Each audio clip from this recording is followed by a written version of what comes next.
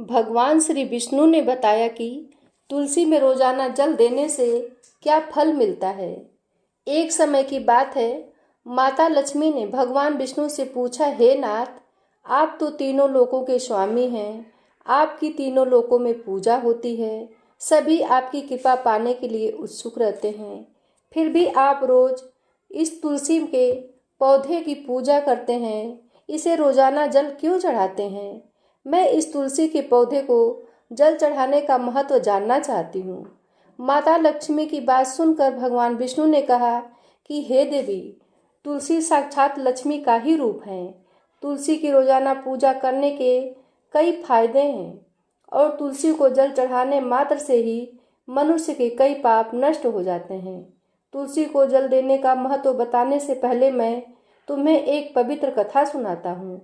इस कथा के माध्यम से तुम्हें तुम्हारे इन प्रश्नों के उत्तर मिल जाएंगे। इसलिए हे देवी, आप इस कथा को बड़े ध्यान से सुनना। भगवान विष्णु ने कहा कि देवी, जो भी मनुष्य सिर्फ इस कथा को ध्यान लगाकर पूरी सुन लेता है, उसे 100 वर्षों तक तुलसी को जल देने का फल प्राप्त होता है। माता लक्ष्मी ने कहा, स्वामी, मैं इस कथा को बड़े ही ध्यान से सुनूंगी। आप मुझे वह पवित्र कथा सुनाना शुरू कीजिए। भगवान विष्णु ने कहा कि हे देवी, बहुत समय पहले की बात है, किसी नगर में एक ब्राह्मण रहता था। उसका जन्म तो ब्राह्मण कुल में हुआ था, लेकिन उसके कर्म नीच प्रवृत्ति के थे। वह ब्राह्मण हमेशा ही झूठ बोलता और गलत तरीके से पैसा कमाता था। उसका मन हमेशा बुरे में ही लगा रहता था। वह सदैव ही जुआ, वेश्यावृत्ति और चोरी में ही लगा रहता था। उसने अपने जीवन में कभी भी पुण्य के काम नहीं किए थे और शास्त्रों का अध्ययन भी नहीं किया था। ब्राह्मण होते हुए भी कभी पूजा पाठ नहीं किया। सदैव ही उसका मन दूसरों के धन पर लगा रहता था और वह दिनों में भी जो धन कमाता उसे रात्रि में जुआ और वेश्यावृत्ति में उड़ा दिया करता था। इस तरह वह ब्राह्मण अपने जीवन को पाप कर्मों में ही गुजार रहा था। उसने अपने मुख से कभी भगवान का नाम नहीं लिया और ना कभी देवी देवता का पूजन किया। इस प्रकार से पाप करते हुए उसे कई वर्ष बीत गए। फिर वह ब्राह्मण कुछ खरीदारी करने के लिए एक नगरी में जा पहुंचता है। उस नगरी के पास में गंगा नदी बहती है और उस नदी में स्नान करने के लिए दूर दूर से लोग आया करते थे। फिर वह ब्राह्मण गंगा जी के किनारे एक आश्रम में ठहरता है। उस आश्रम में अनेक विद्वान ब्राह्मण प्रतिदिन पुराणों का पाठ तथा भगवान की भक्ति में लीन रहते थे। वह ब्राह्मण भी ढोंग करता हुआ वहीं पर उनके साथ रुक गया और उन ब्राह्मणों के साथ रहकर उसे भी भगवान का नाम लेने का अवसर मिल रहा था। वह उसी स्थान पर कुछ दिनों के लिए रुका रहा। वहां पर आए हुए लोगों ने गायों का पूजन करके ब्राह्मणों को भोजन कराया, तो उस ब्राह्मण ने भी उनके साथ बैठकर भोजन किया और भगवान का प्रसाद ग्रहण किया। वहीं पर उस आश्रम में एक तुलसी का पौधा था।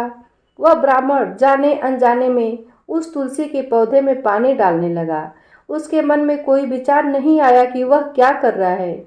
वह प्रतिदिन सुबह उठकर बाल्टी में पानी लेकर तुलसी के पौधे में डालता था। यह उसका रोजाना का नियम बन गया था। फिर एक दिन की बात है, वह आश्रम में सोया हुआ था। तभी अचानक उसके पास एक काला सर्प आया और उस काला सर्प ने उसे नींद में ही डस लिया और थोड़ी ही देर में उस ब्राह्मण की नींद में ही मृत्यु हो गई। और जब सुबह दूसरे ब्राह्मणों ने उसे इस अवस्था में देखा तो उन्होंने उसके मुख में तुलसी पत्र और तुलसी जी का जल डाल दिया। फिर उन ब्राह्मण को पता चला कि उसकी तो मृत्यु हो चुकी है। तब वहां पर यमदूत आते हैं और उस ब्राह्मण को पकड़कर यमलोक ले जाने लगते हैं।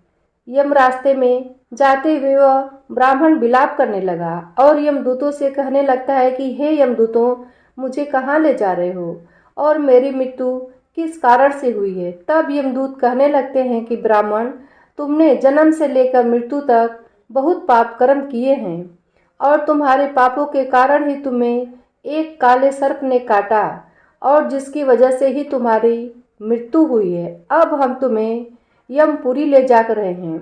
वहाँ पर यमराज तुम्हारे पाप कर्मों का लेखा जोखा देंगे और निश्चित ही तुम्हें घोर नरक में डालेंगे।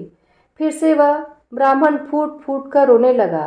उन यमदूतों से माफ़ी मांगने लगा, किंतु यमदूतों को उस पर जरा सी भी दया नहीं आई और वे उसे मारते हुए यमलोक लेकर गए। जब यमदूत उस ब्राह्मण को लेकर यमराज के सामने उपस्थित हुए तो यमराज के पास बैठे हुए चित्रगुप्त ने उन ब्राह्मण के कर्मों का लेखा जोखा निकाला और यमराज से कहने लगे कि हे धर्मराज, इस ब्राह्मण ने तो अपने पूरे जीवन में पाप ही किए हैं, पूरे जीवन पाप किए हैं। इसने जीवन में कभी पुण्य का काम नहीं किया है।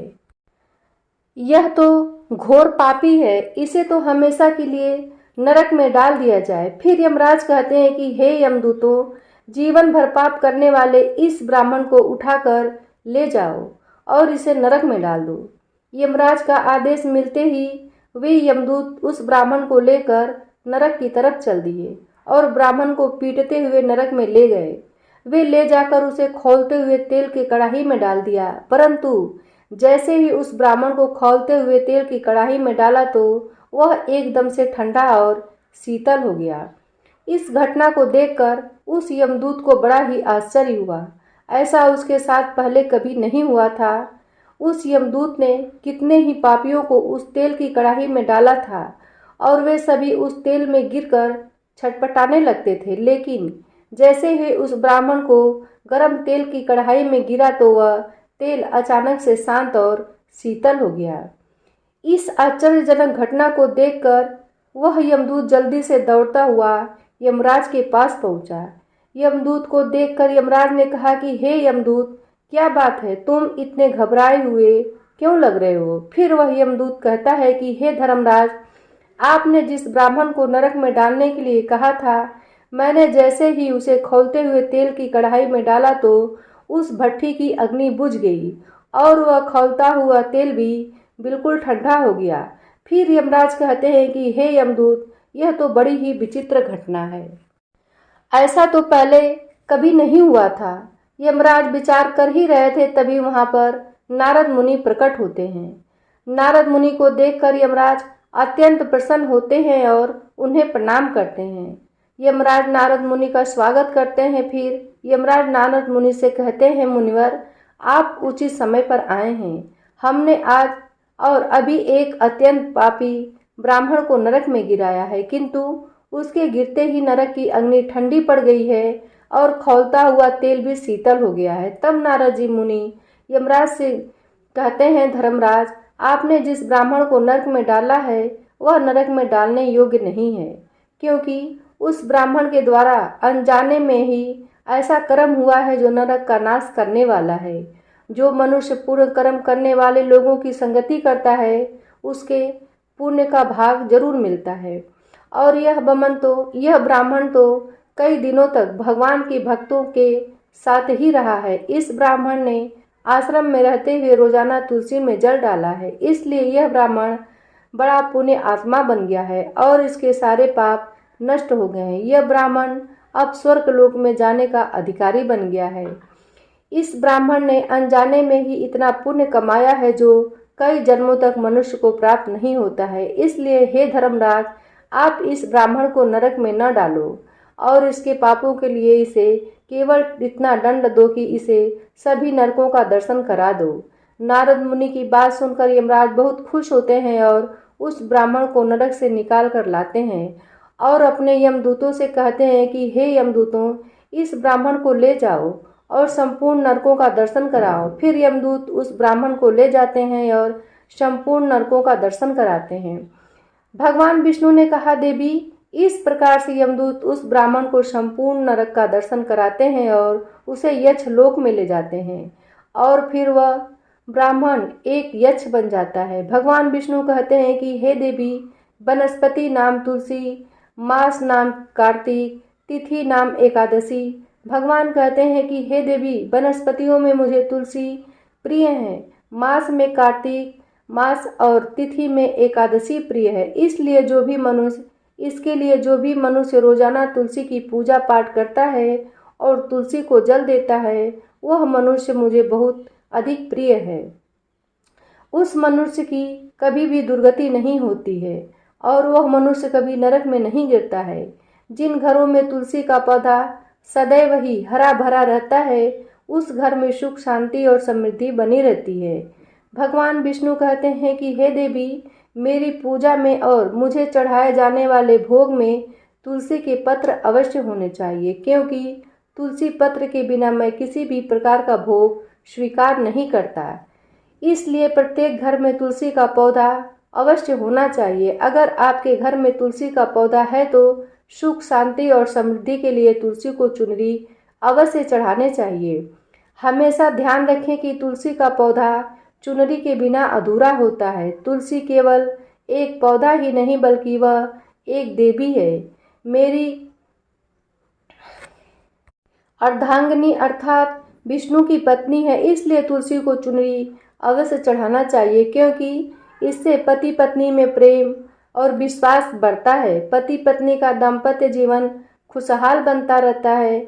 घर में रहने वाली सभी महिलाएं सदा सुहागिन और सौभाग्यशाली रहती हैं। तुलसी का विवाह भी अवश्य करना चाहिए। इससे मनुष्य के सभी दुखों का अंत होता है और संसार सागर जीवन सुखमय बनता है। भगवान विष्णु कहते हैं कि हे देवी, तुलसी के पौधे के आसपास अपने मुख से अपशब्द नहीं बोलने चाहिए। तुलसी के नज़दीक भूल से भी जूते, चप्पल अथवा झाड़ू पोछा नहीं रखना चाहिए, इससे पाप बनता है। तुलसी के पौधे के पास जल से भरा हुआ बर्तन भी नहीं रखना चाहिए। तुलसी के पौधे के पास दीपक जलाने के बाद दीपक को वहाँ से हटा लेना चाहिए, क्योंकि तुलसी के नीचे बुझा हुआ दीपक रखना अशुभ माना जाता है। जिस स्थान पर भी तुलसी का पौधा होता है, उस स्थान को हमेशा ही साफ और स्वच्छ रखना चाहिए। इसलिए नियमित रूप से तुलसी के पौधे के पास साफ सफाई का ध्यान रखना चाहिए। तुलसी के पौधे में शिवलिंग और गणेश जी की प्रतिमा नहीं रखनी चाहिए। साथ ही तुलसी के गमले में अन्य किसी भी प्रकार का पौधा भी लगाना अशुभ होता है। तुलसी के पौधे के पास कपड़े भी नहीं सुखाने चाहिए, अन्यथा कपड़ों का गंदा पानी तुलसी के पौधों पर गिर सकता है। और हमेशा ध्यान रखना चाहिए कि तुलसी के पत्र को नाखून से नहीं तोड़ना चाहिए, इससे तुलसी का अपमान होता है।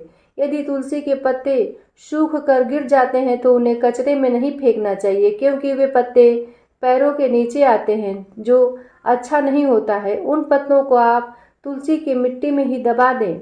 भगवान विष्णु कहते हैं कि हे देवी, रविवार के दिन तुलसी के पत्ते नहीं तोड़ने चाहिए और रविवार को तुलसी को जल भी नहीं चढ़ाना चाहिए। बाकी सब दिन तुलसी को सुबह स्नान से निवृत्त होकर जल देना चाहिए और शाम के समय एक दीपक जलाना चाहिए। भगवान विष्णु कहते हैं कि हे देवी, अक्सर महिलाएं स्नान के बाद अपने खुले बाल रह कर भी तुलसी को जल देती हैं, परंतु ऐसा करना गलत होता है। महिलाओं को हमेशा ही अपने बाल बांधकर माथे पर सिंदूर लगाकर ही तुलसी को जल देना चाहिए, इससे तुलसी का आशीर्वाद प्राप्त होता है। घर में तुलसी का पौधा लगाते समय ध्यान रखें कि इसके लिए गंदी मिट्टी का उपयोग नहीं करें, साफ और स्वच्छ मिट्टी का ही उपयोग करना चाहिए। इससे तुलसी माँ रूठ जाती हैं और सूखने लगती हैं। तुलसी का पौधा कभी भी गंदे स्थान या गंदी मिट्टी में नहीं लगाना चाहिए।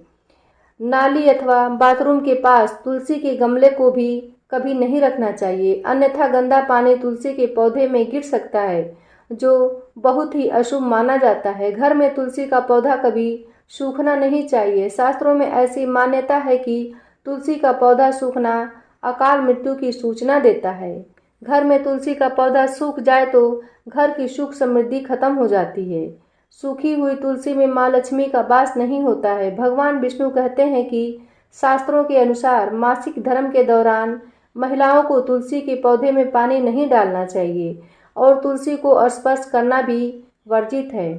तुलसी को बिना स्नान किए जल नहीं देना चाहिए और पैरों में चप्पल आदि पहनकर भी तुलसी को जल नहीं देना चाहिए। तुलसी को जल देते समय ध्यान रखें कि वह जल आपके पैरों पर ना पड़े, इससे तुलसी का अपमान होता है। भगवान विष्णु कहते हैं कि नित्य तुलसी के दर्शन से मनुष्य को स्वर्ग की प्राप्ति होती है और तुलसी पत्र के सेवन से उसके सभी पाप नष्ट हो जाते हैं। तुलसी का पौधा हमेशा घर के सामने लगाना चाहिए। इसे पूर्व अथवा उत्तर दिशा में लगाना सबसे अधिक शुभ होता है। तुलसी के पास मरुस्थलीय पौधे रखना बहुत ही शुभ माना जाता है। ऐसे पौधों से नकारात्मक ऊर्जा निकलती है। शास्त्रों में कहा गया है कि जिन पौधों से हरी भरी कलियों की उत्पत्ति ना हो, उसके स्थान पर कांटे निकलते हो, तो ऐसे पौधों को तुलसी के पास कभी भी नहीं रखना चाहिए। शास्त्रों में केले के पौधे का विशेष महत्व बताया गया है। अगर तुलसी के पास केले का पौधा लगा देते हैं तो कई गुना अधिक लाभ प्राप्त होता है। भगवान विष्णु कहते हैं कि केले के पौधे में देवी स्वयं मेरा वास होता है। इसे तुलसी के पास लगाने से घर में सुख समृद्धि आती है। तुलसी के पौधे में शालिग्राम भी अवश्य रखना चाहिए। तुलसी के गमले में शालिग्राम रखने से तुलसी का और भी अधिक शुभ प्रभाव आपको दिखाई देता है। शालिग्राम मेरा ही रूप है। यह काले रंग का पत्थर होता है जिसे विलक्षण एवं मूल्यवान माना गया है। इसे अगर तुलसी के गमले में रखेंगे तो आपके घर तुलसी का और भी अधिक शुभ प्रभाव आपको देखने को मिलेगा। शालिग्राम मेरा ही निराकार रूप है। यह काले रंग का पत्थर होता है जिसे विलक्षण और मूल्यवान माना गया है। इसे अगर तुलसी के गमले में रखेंगे तो आपके घर में घर से संपूर्ण नकारात्मक ऊर्जा नष्ट हो जाएगी। घर में केवल एक ही शालिग्राम की पूजा करनी चाहिए। भगवान विष्णु कहते हैं कि देवी मेरी मूर्ति से कई गुना ज़्यादा उत्तम होता है शालिग्राम की पूजा करना। शालिग्राम को चंदन लगाकर उस पर एक तुलसी पत्र रखना, प्रतिदिन शालिग्राम को पंचामृत से स्नान कराना चाहिए। ऐसा करने से मनुष्य के सभी पापों के सभी जन्मों के पाप नष्ट हो जाते हैं। शालिग्राम सकारात्मक और सात्विकता का प्रतीक होता है। इस प्रकार भगवान विष्णु ने माता लक्ष्मी को तुलसी के पौधे को जल देने का महत्व बताया है और घर में तुलसी का पौधा लगाने के सभी नियम भी बताए हैं। तुलसी माता की जय हो। भगवान विष्णु की जय हो।